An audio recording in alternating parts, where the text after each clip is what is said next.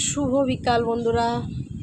তো হয়তো বিকালটা আজকে শুভ হবে না, কারণ এইমাত্র আমি জামা কাপড়গুলো মেললাম, সবগুলো জামা কাপড় আবার এক জায়গায় করে রেখে দিলাম।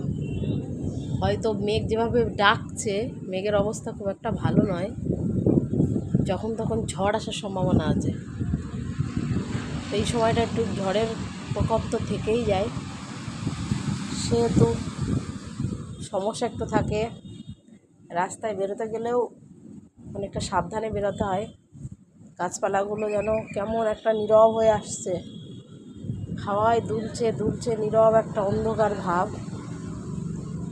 তো দেখা যাক, মেঘ তো ডাকছেই। যে যেখান থেকে আছে তাড়াতাড়ি সব বাড়ির দিকে চলে যাচ্ছে, রওনা হচ্ছে। আমার ফুল গাছগুলোও চুপচাপ দাঁড়িয়ে আছে, জানি না কি হবে।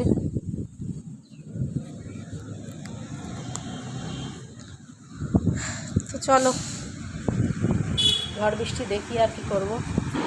চলো, টাটা, বাই।